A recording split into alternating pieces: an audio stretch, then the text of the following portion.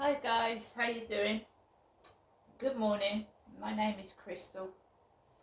Welcome to my YouTube channel. If you like my videos, please smash that like button. Please do subscribe. Again, good morning. It's Monday. Alexa, good morning. Good morning. Arachnophobes beware. This week in 2013, scientists discovered a species of tarantula with a leg span the size of a pizza. I don't want to know what size pizza. For more beastly oddities, just say, tell me about a weird animal. Right guys. Alexa, what's the time please? The time is 11:41 a.m. Right, I vlog my everyday life. So, I'm gonna vlog it. Put it in a video as well as write it down with ink and pen and ink. So, I got up this morning, I fed my pets, I've got two beautiful cats, a lovely chihuahua, and I made myself a cup of coffee. As I always do, I upload a video to TikTok and I upload a video to YouTube.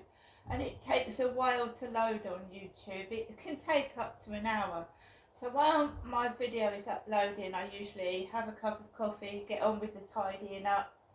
And so I got all my rubbish together, took a black bin bag of rubbish, and I took it down the stairs and I threw it into the bin store.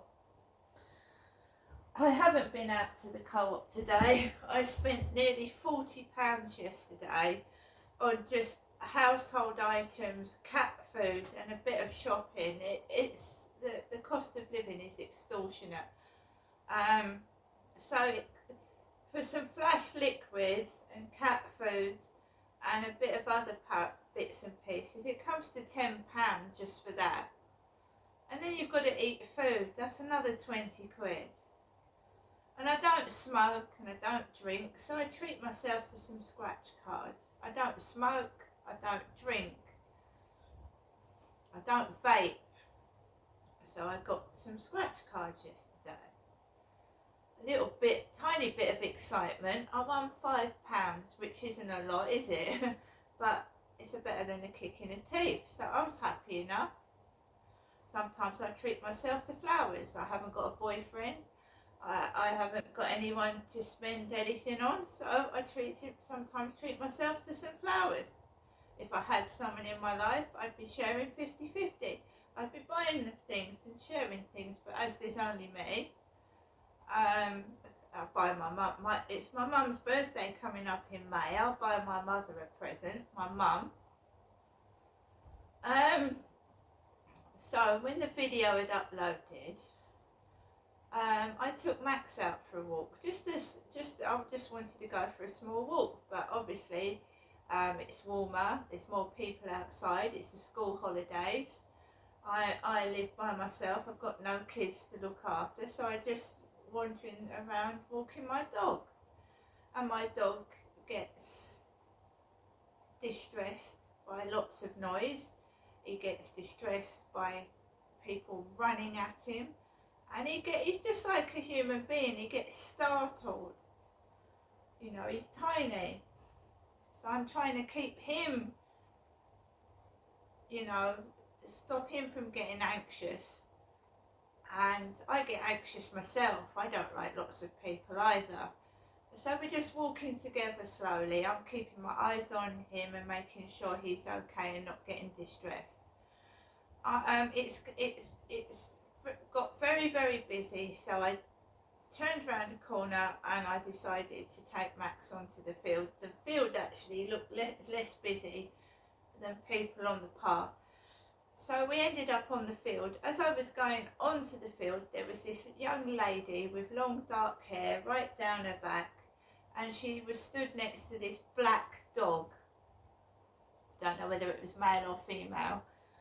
And it had its mouth wide open and its tongue hanging out, and it was panting.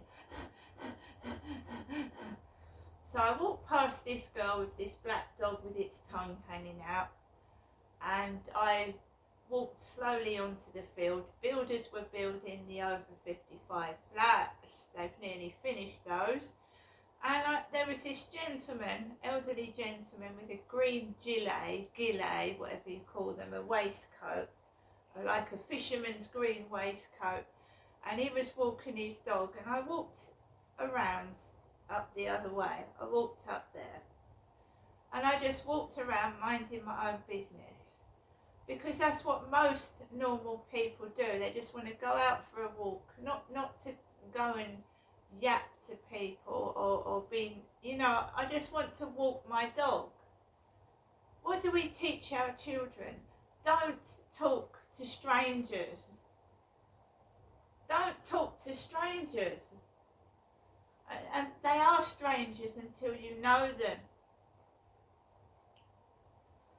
Right? I made a mistake. I thought a guy was friendly and nice, and he turned out to be a lech. So I'm being careful. I'm keeping away. I'm staying away. I'm keeping safe. I'm keeping my dog safe. And that's it from now on. I'm not going to let anybody into my life that I don't trust and I know that is genuine. So I walked Max around the fields, like keeping away from any trouble or anything like that. Came off the field, and I just slowly took it easy, took it slowly, and tried, saying to myself, just keep going, and ignore any distractions. And I just turned round the corner and I came back home to my flat. And I'm telling you guys how it is. I can't say someone's white when they're black. I can't say someone's white when they're Asian. So I'm just telling you how it is. I came into the front of my flat. There was a lady of colour stood by the communal door, and I opened the door for the lady. I opened the door because I feel every day someone is trying to annoy me, make me angry, and make me appear to be the villain. So if I'm mistreated, made fun of, and that it makes me annoyed and cross. So there was a lady in the communal area by the door, and I opened the door for her. Even though I get the door shut in my face, I'm not like other people. So I opened the door for this lady. I went back home into my flat. Right? I got into my flat and I made myself a cup of coffee. I've got to have my lunch just after 12. And I wrote up what happened so far in my diary. I wrote down what happened yesterday. My phone is dead. My iPhone is dead. So I haven't spoken to my mother since last Wednesday. So I don't know what she said on answer phone messages because I can't gain access to my phone. I'm waiting for an iPhone charger. I ordered it before Saturday. It hasn't come. So I'm waiting to get an iPhone charger so I can speak to my mother. The phone is dead. The doctor contacts me on there, but I have an NHS app. So I go into my NHS app and I've got a call from a doctor this week. So I need that lead this week. I need it. I can't contact my mum to see if she's got the iPhone lead because I can't phone her, can I? So that's where we stand with that. And yeah, I'm just about to cook my lunch. But I will not be sexually bullied into like being provoked into going up to men and talking to them, because I'm a very shy, reserved, quiet person when it comes to being groups of people and meeting people in person. I am. It was only the fact that I was approached on the field by a chap who started speaking nicely which I don't actually often get, and then he turned out to be a lech and a sex pest. You've got to be careful, because it doesn't just happen to men, it happens to male relationships with another male. It happens with female relationships where a female is with a female, and it happens in heterosexual relationships. Abuse, sexual abuse and harassment. I don't know why, but he came across as homosexual to me, and I'm a woman. It's just the way he was talking, the way he was acting, and he'd actually said that he'd spoken to a homosexual. So I don't know why I'm attracting these men. I'm a woman. I've got no bloody idea, but I have to protect myself, and that's what I do.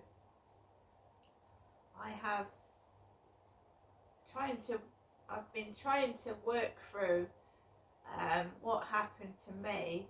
I don't know what happened to my sister because I wasn't there when she got sick. So I don't know what happened to my sister. The family's not very forthcoming. I did try to see my sister in the 90s, but I wasn't allowed to see my sister for some unknown reason. I could understand why they didn't want my dad to see my sister, but why they didn't want me to see my sister, I don't know. So there's a lot of questions that need answering, but I don't think I'm ever going to get an answer to them. It's like my dad passing in 2021, you know, he acted like a kid. When I said, yes, you did do that, Dad, he'd just act like a child. So I don't think my parents have ever grown up. They've never grown up. I've got, you know, some people that have been abused as children do go on to abuse themselves. Not everybody, but in some cases. Now, when I go into my dad's past history, he had older parents, so his mum gave birth to him in his 40s, and my granddad was even older, so, you know, he had old parents. So it was like granny taking my dad to school. So by the time my dad was 5, his mother was 50, and he lost his parents a lot younger than most people do. I lost one of my grandparents in 1988 and the other one in 1992. So some people my age have still got grandparents, but my grandparents died a long time ago. He had elderly parents. My granddad had been married before. He had another family, you see, so he married for a second time, and they had a son together. And my dad was brought up by elderly parents, and he must have gone through it at school, being made fun of. And apparently my granddad was harsh to my dad. My dad said that he often got hit with a belt and a stick. So it's all about trying to nip this vicious circle of abuse, just going round and round and round and not stopping.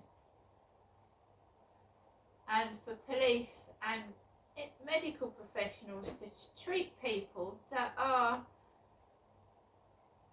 mentally ill because of being abused as children, not because they're schizophrenic, not because it's because abuse affects your mental health. It does. If your parents abuse you, then it is obviously going to affect your mental health. It doesn't mean you're mentally ill as schizophrenic, but your parents and their behaviour has affected your mental health and your upbringing and your state of mind. Because no child should be abused by their parent. And when they tell you at school, go and tell somebody, what happened to me when I told somebody? Nothing.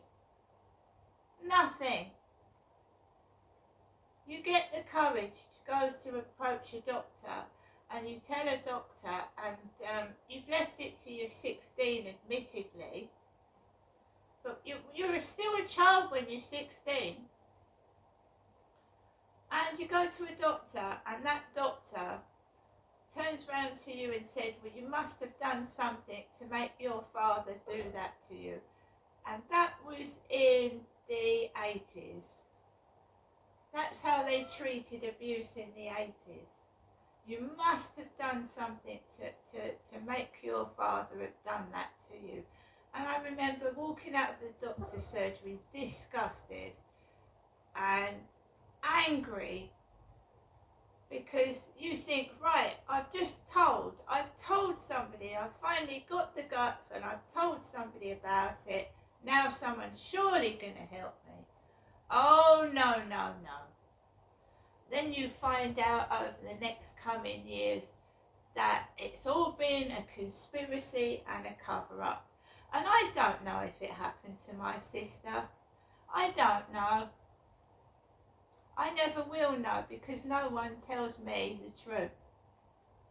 And I think it's disgusting to be cast as the villain when I am a victim. A victim.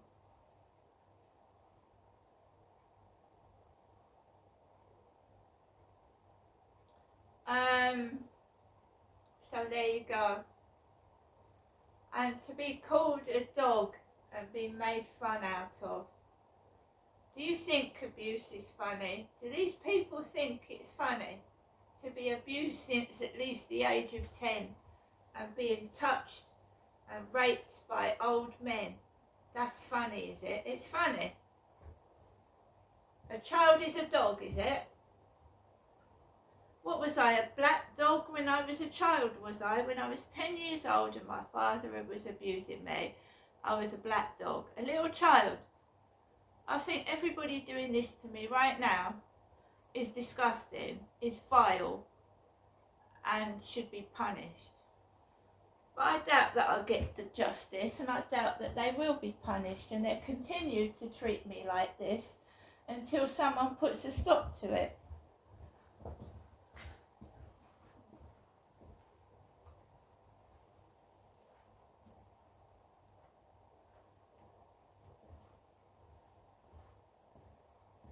I don't know where the phrase black dog is coming from, and I don't know why it's being used.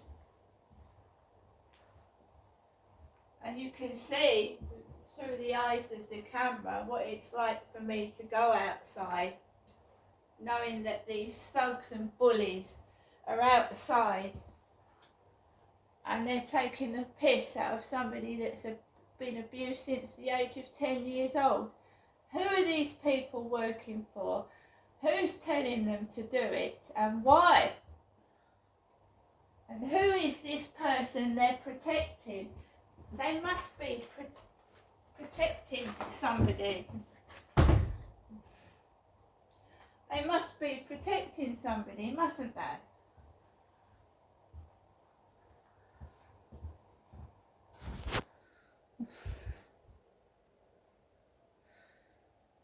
They've got to be protecting somebody. So the person they're protecting is obviously more important than myself. There may be more than one of them. And yet I think, my mother is involved in it somehow. She keeps going on about her worker Ben, and how Ben got access to my hospital notes, which he shouldn't have done, because I don't know this Ben and he's nothing to do with me. And I was told over the phone by my mother that her mental health nurse had got access to my medical notes. Why and how? And this Ben knew that my father was committing domestic violence against my mother. He knew. And he advised my mother, Jennifer, to go to a woman's refuge. But who ended up in 2 women's refuges? Me. I did. One in Gloucestershire and one in Lewes, in Seaford in Lewes. It was me that ended up in domestic refuges. So swapping me with my mother again, mixing me up with my mum on purpose to hide abuse is disgusting.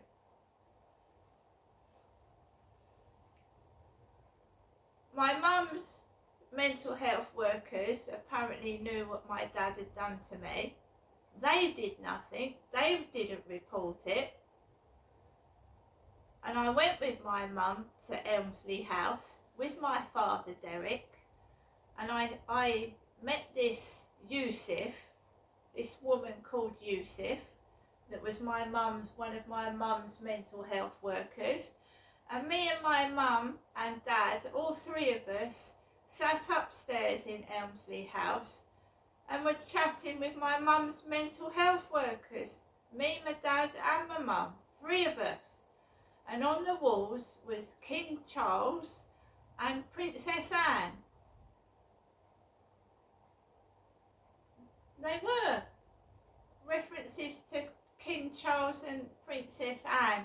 And Charles was Prince Charles then. He wasn't king in 2008, was he? So in all these places, either references to Charles or Princess Anne, the royal family.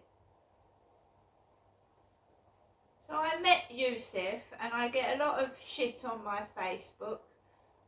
Ben wants to be your friend. Yusuf wants to be your friend.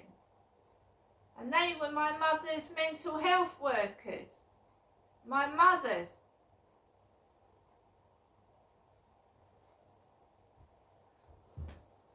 Someone needs to tell the truth. I would like to know what really happened to my sister. I really would.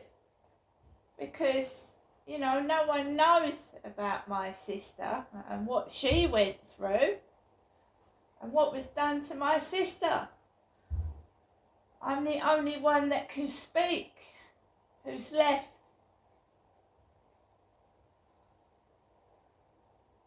Now this conspiracy needs to stop and be uncovered.